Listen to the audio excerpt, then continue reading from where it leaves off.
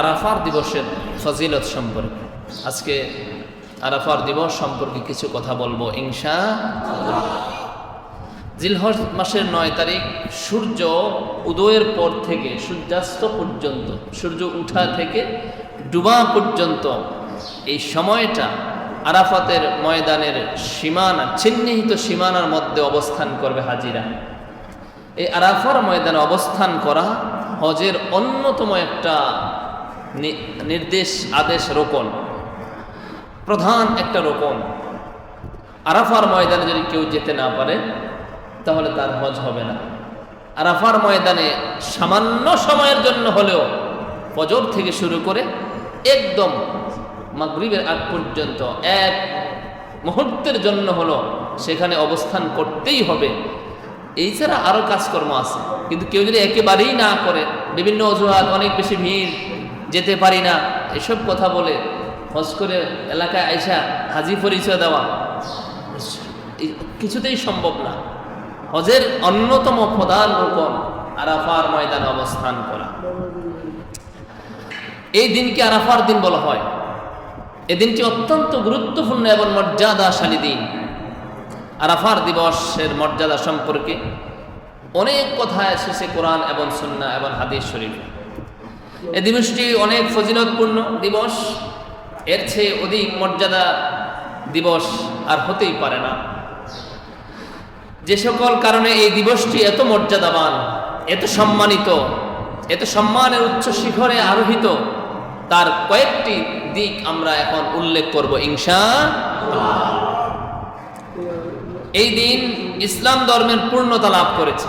আরাফার দিনে তামাম ইসলামটা পরিপূর্ণ এবং পরিপূর্ণভাবে এই দিনটা ইসলামটাকে পরিপূর্ণতা দিয়েছেন, এবং এই দিনে ইসলাম যে পরিপূর্ণ হয়েছে এই ঘোষণা এসেছে। এজন্যে আরাফার দিবস খুবই গুরুত্বপূর্ণ। যেমন আল্লাহ তাআলা এই দিনে আরাফার দিবসে ইসলামটাকে পূর্ণতা দান করেছেন। হাদিস শরীফে এসেছে, তারিক ইবনে শিহাব থেকে বর্ণিত, এক ইহুদি লোক হযরত ওমর রাদিয়াল্লাহু তাআলা আনহুকে বলেছেন, ওমর, আপনাদের কিতাবে এমন একটা আয়াত নাজিল হয়েছে, যদি সেই আয়াতটা, সেই নির্দেশটা, সেই সুসংবাদটা আমাদের ধর্মগ্রন্থে অবতীর্ণ হতো, তাহলে আমরা এই দিনটাকে আমরা ঈদের দিনের মতো উদযাপন করতাম, ঈদের মতো আনন্দ উপভোগ করতাম।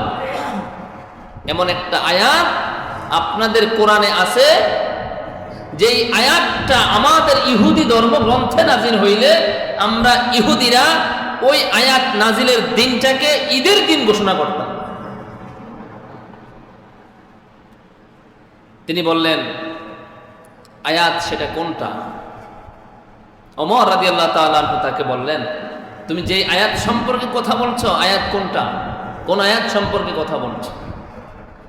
লোকটা বললেন, শোনো ওমর, আল্লাহ তাআলা কোরআনুল কারীমে বলেছেন, আল-ইয়াউমা আকমালতু লাকুম দীনাকুম ওয়া আতমামতু আলাইকুম নি'মাতি ওয়া রাদিতু লাকুমুল ইসলাম দীনা। জোরে জোরে বলেন সুবহানাল্লাহ। ওমর জিজ্ঞাসা করছে, ওই আয়াত কোনটা যেটা তোমাদের ধর্মে নাজিল হলে তোমরা ঈদের দিন হিসাবে নিতা? লোকটা বলছেন, আয়াত হচ্ছে আল ইয়াউমা আকমালতু লাকুম দীনাকুম। আল্লাহ তাআলা তার রাসূলকে বলেছেন, হে নবী, আজকে আপনাদের জন্য দিনটাকে আমি পরিপূর্ণ করে দিলাম, কামালিয়াতের দরজায় পৌঁছায় দিলাম। ওয়া আতমামতু আলাইকুম নি'মাতি, আমার অনুগ্রহ আজকে আপনাদের উপর সম্পূর্ণ করলাম। ওয়া রাদিতু লাকুমুল ইসলাম দীনা, এবং ইসলামকে আপনাদের জীবন বিধান হিসাবে আজকে আমি আল্লাহ মনোনীত করে সন্তুষ্ট হয়ে গেলাম। জোরে বলেন সুবহানাল্লাহ। সূরা মায়েদার এই আয়াতে আল্লাহ তাআলা আমাদেরকে জানিয়ে দিয়েছেন যে এই দিনে আমি আল্লাহ তাআলা আমার দিন ইসলামকে কমপ্লিট করে দিলাম, যাবতীয় বিধান নাজিল শেষ, আমি আমার নিয়ামত পরিপূর্ণ করে দিলাম, ইসলামকে জীবন বিধান হিসাবে প্রদান করে আমি আল্লাহ সন্তুষ্টি গ্রহণ করলাম। বন্ধুরা আমার, ভাইয়েরা, ওমর যখন এই কথা শুনলেন তিনি বললেন, আমি অবশ্যই জানি কখন এই আয়াত নাজিল হয়েছে। রে ইহুদি, তুমি তো জানো না কখন এই আয়াত নাজিল হয়েছে, আমি ওমর জানি। যেদিন এই আয়াত নাজিল হয়েছিল রাসূলের আশেপাশেই আমি ওমর অবস্থান করেছিলাম। এই আয়াতটা 2 ঈদের দিনে নাজিল হয়েছে। জোরে বলেন সুবহানাল্লাহ। সে বলছে এই আয়াতটা যদি আমাদের ধর্মগ্রন্থে নাজিল হতো, ওই দিনটাকে আমরা কিসের দিন নিতাম? ঈদের দিন নিতাম। ওমর বলে, শোনো, এই আয়াত যেদিন নাজিল হয়েছে আমি ওমর বিশ্বনবীর কাছাকাছি ছিলাম, যে আয়াতটা যেই দিন নাজিল হয়েছে ওই দিনটা 2 ঈদের দিন ছিল। সুবহানাল্লাহ। হ্যাঁ কইছে এক ঈদ, ওমর কয় 2 ঈদের দিন ছিল। কেমনে 2 ঈদ ছিল? যেদিন আল্লাহ তাআলা এই আয়াত নাজিল করেছেন ওই দিনটা ছিল জুমার দিন। সবাই বলেন কিসের দিন? জুমার দিন কি ইসলামী শরীয়তে আনন্দের দিন, ঈদের দিন হিসাবে ঘোষণা করেছে। জোরে জোরে বলেন সুবহানাল্লাহ। আরেকটু হয়েছে আরাফার দিন। আরাফার দিন হাজি এবং যারা হজ করে না সবার জন্য আনন্দের দিন। যেদিন আল্লাহ তাআলা মুক্ত করে দিবেন সেদিনই তো আনন্দের দিন হওয়া উচিত। এক বেড়া জেলখানায় আছে, তাকে যেদিন জেলখানা থেকে 20 বছর পরে মুক্তি দিল, হ্যাঁ এই দিনটা চিরস্মরণীয় করে রাখবে না? এটা তার মাথায় আনন্দের দিন হিসাবে থাকবে না? আমি আপনি কত গুনাহ করি, আল্লাহ তাআলা আরাফার ময়দানে যারা আছে এবং আরাফার দিনে যে যেখানে আছে দোয়া করে, রোজা রাখে, আল্লাহ তাআলা তাদেরকেও ক্ষমা করে দেন। ক্ষমার দিন, আনন্দের দিন, ঈদের দিন হওয়া উচিত। ওমর বলে, শোনো, এই আয়াত যেদিন নাজিল হয়েছে ইসলামে ওইটাকে 2 ঈদের দিন বলা হয়েছে। একটা হচ্ছে জুমার দিন আর একটা হচ্ছে আরাফার দিন। তাহলে আরাফার দিনে আল্লাহ তাআলা ইসলামকে কমপ্লিট এবং পরিপূর্ণ করে দিয়েছে। 2 নম্বর হলো, এই দিন হলো ঈদের দিন সমূহের মধ্যে একটি দিন। হযরত আবু উমামা রাদিয়াল্লাহু তাআলা আনহু থেকে বর্ণিত, তিনি বলেন রাসূলুল্লাহ সাল্লাল্লাহু আলাইহি সাল্লাম বলেছেন, ইয়াউমু আরাফা ওয়া ইয়াউমুন নাহার ওয়া আইয়ামুত তাশরীক ঈদুনা আহলুল ইসলাম ওয়া হিয়া আইয়ামু আকলিন ওয়া শারবিন। আল্লাহ রাসূল বলেছেন, শুনো, ইয়াউমে আরাফা, আরাফার দিবস, ওয়া ইয়াউমুন নাহার, আর নহরের দিবস মানে কোরবানির দিবস, যেদিন কোরবানি করা হয় ওই দিন, ও আইয়ামুত তাশরীক, আইয়ামে তাশরীক, কোরবানির পরবর্তী 3 দিনকে আইয়ামে তাশরীক বলা হয়। এই 3টা সময়, একটা হচ্ছে আরাফার দিন, আর একটা হচ্ছে কোরবানি ঈদের দিন। কোরবানির ঈদের 3 দিন, পরের 3 দিন আল্লাহ রাসূল বলছেন, ঈদুনা আহলুল ইসলাম, মুসলমানের জন্য এই দিনগুলো হয়েছে ঈদের দিন। মুসলমানের জন্য এই দিনগুলো কিসের দিন? তাহলে আরাফার দিন, ঈদের দিন, আনন্দের দিন। ওয়াহিয়া আইয়ামু আকলিন ওয়া শারবিন, বলছে এই দিনগুলোতে কোনো ধরনের রোজা রাখা হবে না। কোরবানির দিন, কোরবানির পরের 3 দিন, এই ঈদের দিন এবং ঈদের পরের 3 দিনে রোজা রাখা হবে না। হযরত ওমর রাদিয়াল্লাহু তাআলা আনহু থেকে বর্ণিত হাদিসের ব্যাখ্যায় ইবনে আব্বাস রাদিয়াল্লাহু তাআলা আনহু বলেন, সূরা মায়েদার এই আয়াতটি নাজিল হয়েছে 2টো ঈদের দিনে, তা হলো জুমার দিন এবং আরাফার দিন। আরাফার দিবসের ফজিলত, আরাফার দিবসের বিভিন্ন ফজিলত রয়েছে। ওই দিন রোজা রাখা এবং রোজা রাখার ফজিলত সম্পর্কে একাধিক হাদিস এসেছে। তার মধ্যে অন্যতম একটি হাদিস, যে ব্যক্তি আরাফার দিবসে রোজা রাখবেন আল্লাহ তাআলা তার 2 বছরের গুনাহ মাফ করে দিবেন। আরাফার দিনে রোজা রাখলে কয় বছরের গুনাহ মাফ? কথা বলেন। 2 বছরের গুনাহ মাফ। আরাফার দিনে রোজা এমন গুরুত্বপূর্ণ ইবাদত, যাহারা এই আরাফার 9 তারিখের রোজাটা রাখেন, আল্লাহ তাআলা তার 1 বছর আগের 1 বছর পরের মোট 2 বছরের গুনাহ আল্লাহ তাআলা মাফ করে দিবেন। সহিহ হাদিসের মধ্যে এসেছে। হযরতে আবু কাতাদা রাদিয়াল্লাহু তাআলা আনহু থেকে বর্ণিত, রাসূলুল্লাহ সাল্লাল্লাহু আলাইহি সাল্লামকে আরাফার সিয়াম তথা রোজা সম্পর্কে জিজ্ঞাসা করা হলে তিনি বলেন, শোনো, সিয়ামু ইয়াউমে আরাফা ইন্নী আহতাসিবু আলাল্লাহ। আরাফার দিবসের রোজা তো এমন, এই দিন রোজা রাখলে আমি আল্লাহ তাআলার নিকট এটাই যে গ্রহণ করে থাকি, কামনা করে থাকি যে আইয়ু কাফিরা সানাতাল্লাতি ক্বাবলাহু ওয়াস সানাতাল্লাতি বাদাহু, আল্লাহ তাআলা তার 1 বছর আগের এবং 1 বছর পরের সমস্ত গুনাহ মাফ করে দিবেন। সুবহানাল্লাহ। রাসূল বলে, আবু কাতাদা আরাফার রোজা সম্পর্কে যখন জিজ্ঞেস করছে, রাসূল বলছে, শুনো, সিয়ামু ইয়াউমে আরাফা, আরাফার দিবসের রোজার ব্যাপারে আমি রাসূল কি ধারণা করি, ইন্নী আহতাসিবু আলাল্লাহি আইয়ু কাফিরা সানাতাল্লাতি ক্বাবলাহু ওয়াস সানাতাল্লাতি বাদাহু, আল্লাহ তার 1 বছর আগের এবং 1 বছর পরের গুনাহ মাফ করে দিবেন। তাইলে গুরুত্বপূর্ণ একটা রোজা না, গুরুত্বপূর্ণ একটা দিবস না? অবশ্যই এই দিবসে রোজা রাখা প্রত্যেকটা সুস্থ সবল ইমানদারের জন্য আমি মনে করি আবশ্যক। গুনাহ মাফের জন্য এর চেয়ে বড় সুবর্ণ সুযোগ আর হতেই পারে না। তবে যারা হজের ময়দানে আছে তারা না, তারা যারা হজের ময়দানে আছে, হজে আছে, আরাফার ময়দানের বাহিরে পৃথিবীর যে কোনো প্রান্তে মুসলমানরা এই সিয়াম পালন করবে, যারা হজে আছে তাদের জন্য এটা আবশ্যক না, তারা ওই দিন রোজা রাখবেন না। যারা হজের ভিতরে আছেন তারা না, পৃথিবীর যে যে প্রান্তে মুসলমান আছে তাদের জন্য এই নির্দেশনা। 2, আরাফার দিন গুনাহ মাফ ও জাহান্নাম থেকে মুক্তি লাভ করা যায়। এই দিনে আল্লাহ তাআলা স্বীয় বান্দাদেরকে জাহান্নামের আযাব থেকে তাকে মুক্তি লাভ করেন, মুক্তি দেন এবং তার গুনাহ সমূহ মাফ করেন। এ সম্পর্কে আম্মা জান আয়েশা রাদিয়াল্লাহু তাআলা আনহা থেকে বর্ণিত হাদিস, রাসূলুল্লাহ সাল্লাল্লাহু আলাইহি সাল্লাম বলেছেন, মা মিন ইয়াউমিন আকসার মিন আইয়ুতিকাল্লাহু ফীহি আবদাম মিনান নার মিন ইয়াউমি আরাফা। রাসূলুল্লাহ সাল্লাল্লাহু আলাইহি ওয়াসাল্লাম বলেছেন, আরাফার দিনে আল্লাহ তাআলা তার বান্দাদের এত অধিক সংখ্যক মানুষকে জাহান্নাম থেকে মুক্তি দেন যা অন্য কোনো দিনে আর দেন নাই। সুবহানাল্লাহ। কোন দিনে? আরাফার দিনে। কোন দিনে? আরাফার দিনে। মা মিন ইয়াউমিন আকসারা মিন আইয়ুতিকাল্লাহু ফীহি আবদান মিনান নার মিন ইয়াউমি আরাফা। আরাফার দিবসে আল্লাহ তাআলা তার এত অধিক সংখ্যক বান্দাদেরকে জাহান্নাম থেকে মুক্ত করে দেন যা অন্য কোনো দিবসে এমন দেখা যায় না।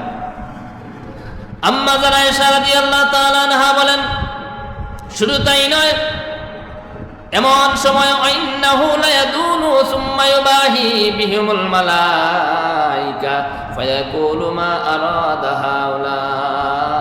আল্লাহ তাআলা তার নিকটতম ফেরেশতাদের কাছে আপনি রোজাদারকে নিয়ে আল্লাহ গর্ব করেন আর বলে, ফেরেশতারা রে, বলতে পারোনি আমার বান্দাগুলো আমার কাছে কি চায়? ফেরেশতারা বলে, আপনার বান্দা আপনার কাছে ক্ষমা চায়। আল্লাহ বলে, সাক্ষী থাকো, আমি আমার বান্দাগুলোকে আজকে মাফ করে দিলাম। আরাফার দিনে ফেরেশতাদেরকে সাক্ষী রেখে আল্লাহর রোজাদার বান্দাদেরকে আল্লাহ মাফ করে দেন। সুবহানাল্লাহ। এবং হজের মধ্যে যারা আল্লাহ আহ্বান করতেছে আল্লাহ তাদেরকে মাফ করে দেন। এই জন্যে কারো কম পুরা হজের পুরা কার্যক্রম যদি একদম ঠিকঠাক মতো হয়, নিয়ত সহি হওয়া, হালাল ইনকামের মাধ্যমে হজ, এগুলো সহি হয়, ঠিকঠাক হয়, তাহলে আরাফার ময়দানে আল্লাহ তাআলা ফেরেশতাদের সামনে ফেরেশতাদেরকে সাক্ষী রেখে বলে, আজকে আরাফাতের ময়দানে যারা আছে সবগুলো আমি আল্লাহ মাফ করে দিলাম। এই জন্য রাসূলুল্লাহ এক হাদিসে বলছে, কেউ যদি মকবুল হজ পায়, কবুল হজ পায়, তাহলে সে এমন ভাবে আরাফার ময়দান থেকে বের হয় যেন তার মা এখন থাকে এই মুহূর্তে প্রসব করছে। এখন একটা সন্তান যদি জন্মগ্রহণ করে তার গুনাহ আছে না? কথা বলেন, গুনাহ নাই। ঠিক আরাফার ময়দান থেকে স্বচ্ছা একটা তওবা করে যদি আসতে পারে, তাহলে আল্লাহ তাআলা বলছে, সে রাসূল বলছে, সে যেন তার মার পেট থেকে এখন জন্মগ্রহণ করে এখন বের হলো, নিষ্পাপ যেরকম হাজিরা হয় এভাবে নিষ্পাপ হয়ে বাইরে হয়। জোরে বলেন সুবহানাল্লাহ। শর্ত আছে, আপনার হজ কবুল হয়েছে কি হয় নাই, অনেকগুলা প্রমাণ আছে, অনেকগুলা সিমটমস আছে। 1, একবার হজ করলে যদি দ্বিতীয়বার বারবার আপনার যেতে মন চায়, মনে করবেন মাওলার সাথে আপনার সাথে কানেকশন হয়ে গেছে, শুধু বারবার সেখানে যেতে মন চায়। 2 নাম্বার, হজ করার আগে যেই ফাফিষ্ট এবং পাপাচারিতে লিপ্ত ছিল, হজ করার পরে যদি আর ওই গুনাহ না করে, বুঝতে হবে তার হজ কবুল হয়েছে। এরকম বহু অনেক হাজি আছে, হজ করার আগে যদি সিঙ্গেল গুনাহ করে, হজ করে এসে ডাবল গুনাহ করে, আছে না নাই? কি লজ্জা, কি শরম! কেমনে আবার হাজি উপাধি দেয়, হাজি পরিচয় দেয়? আগে খাইতো বাংলা মদ, এখন বিদেশি মদ খায়, আছে না নাই? আগে খাইতো করিম বিড়ি, এখন 555 K2 আরো হলনা দল এগুলা খায়। ওটা হাজি নয়, ওটা ফাজি, ঠিক কিনা? আল্লাহ সব হাজি চায় না। আগে হজ করার আগে মোটামুটি ভালোই ছিল, হজ করে এখন মানুষের আইল কাটে এটারে আইল কত সুন্দর ছিল, 2 জন হাঁটা যায় তো আইলি দিয়া, 2 দিক থেকে কাটতে কাটতে কাটতে কাটতে এখন 2 জন তো দূরের কথা, আপনার ফাওটা পর্যন্ত ঠিক থাকে না, এই অবস্থা করে থইছে ক্ষেতের আইলগুলা, আছে না? যে সমস্ত মানুষ হজ করার পরে পাপাচার বৃদ্ধি করে দেয়, বুঝবেন আল্লাহ তাআলা তার লানত নিয়ে সে আরাফার ময়দান থেকে বাইরেছে। লানতপ্রাপ্তরাই শুধুমাত্র আরাফার ময়দান থেকে বের হইয়া আবার পুনরায় গুনাহের মধ্যে লিপ্ত হয়। আল্লাহ তাআলা আমাদেরকে হেফাজত করুক, জোরে বলেন আমিন। বন্ধুরা আমার, ভাইয়েরা, আরাফার ময়দানের আরেকটি ফজিলত হচ্ছে এরকম যে হযরত আবু হুরায়রা রাদিয়াল্লাহু তাআলা আনহু বলেন যে আরাফার ময়দানে যে আল্লাহ সবাইরে মাফ করে দেন হাজীদেরকে, তার আরেকটা প্রমাণ, আরেকটা হাদিস এরকম। হযরত আবু হুরায়রা রাদিয়াল্লাহু তাআলা আনহু থেকে বর্ণিত, তিনি বলেন রাসূল করিম সাল্লাল্লাহু আলাইহি সাল্লাম ইরশাদ করেছেন, ইদা কানা ইয়াউমু আরাফা, যখন আরাফার দিন হয়, হাজীরা যখন আরাফার ময়দানে উপস্থিত হন, ইন্নাল্লাহা ইউনাজ্জিলু ইলাস সামাঈদ দুনিয়া, তখন আসমানের প্রথম দরজায়, প্রথম আসমানে আল্লাহ তাআলা অবতীর্ণ করেন। ফায়ুবাহি বিহিমুল মালাইকা, তখন আল্লাহ তাআলা তার আশেপাশের মানুষ, যে সমস্ত ফেরেশতা আছে, তাদেরকে নিয়ে আরাফার ময়দানে অবস্থানরত হাজীদের ব্যাপারে গর্ববোধ করে আর বলতেছে, আল্লাহ তাআলা বলে, ফায়াকুলু উনজুরু ইলা ইবাদি, এ ফেরেশতারা তাকায়া দেখ, আরাফার ময়দানে একটা পাগল অবস্থায় উপস্থিত হয়ে গেছে। সুবহানাল্লাহ। উনজুরু ইলা ইবাদি উতুনি শামসান গুবরা, তারা এমন অবস্থায় আসছে, এলোমেলো কেশ, দুলাবালি চেহারা নিয়ে আসছে, মনে হয় যেন পাগল। আমার পাগল বান্দাগুলোকে সাক্ষী থাক, আমি আল্লাহ মাফ করে দিলাম। শর্ত হচ্ছে হজের ইনকামটা, যেই টাকা দিয়ে হজে যাবে, ওটা ফিউল হইতে হবে, নিয়ত থাকতে হবে আল্লাহ সন্তুষ্টি, তবেই আল্লাহ তাআলা যেই হাজীদের ক্ষমা করার কথা বলা হয়েছে, ওই ক্ষমাশীল হাজীদের অন্তর্ভুক্ত হওয়া যাবে। বন্ধুরা আমার, ভাইয়েরা, অধিক পরিমাণে জিকির এবং দোয়া করা। আল্লাহ রাসূল বলছেন এই দিন বেশি বেশি দোয়া করবা, আরাফার দিনে। আল্লাহ নবী বলছেন, খায়রুদ দুআই দুআউ ইয়াউমি আরাফা, আরাফার ময়দানের দোয়া, আরাফাত দিবসের দোয়া সবচেয়ে উত্তম দোয়া। ওয়া খায়রু মা কুলতু আনা ওয়ান নাবিয়্যুনা মিন ক্বাবলি, এত উত্তম দোয়া রে, যেই দোয়াগুলো আমি রাসূল করি, আমার পূর্বে 1,24,000 পয়গম্বর করছে, ওই দোয়া করবা। আরাফাত দিবসের দোয়া হয়েছে উত্তম দোয়া। আরাফাত দিবসের দোয়া উত্তম দোয়া, এর চাইতে উত্তম দোয়া আর হতে পারে না।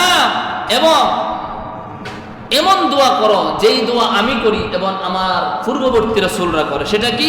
আল্লাহ রাসূল বলছে, তোমরা বলো, লা ইলাহা ইল্লাল্লাহু ওয়াহদাহু লা শারীকা লাহু, লাহুল মুলকু ওয়া লাহুল হামদু ওয়া আলা কুল্লি শাইইন কাদির।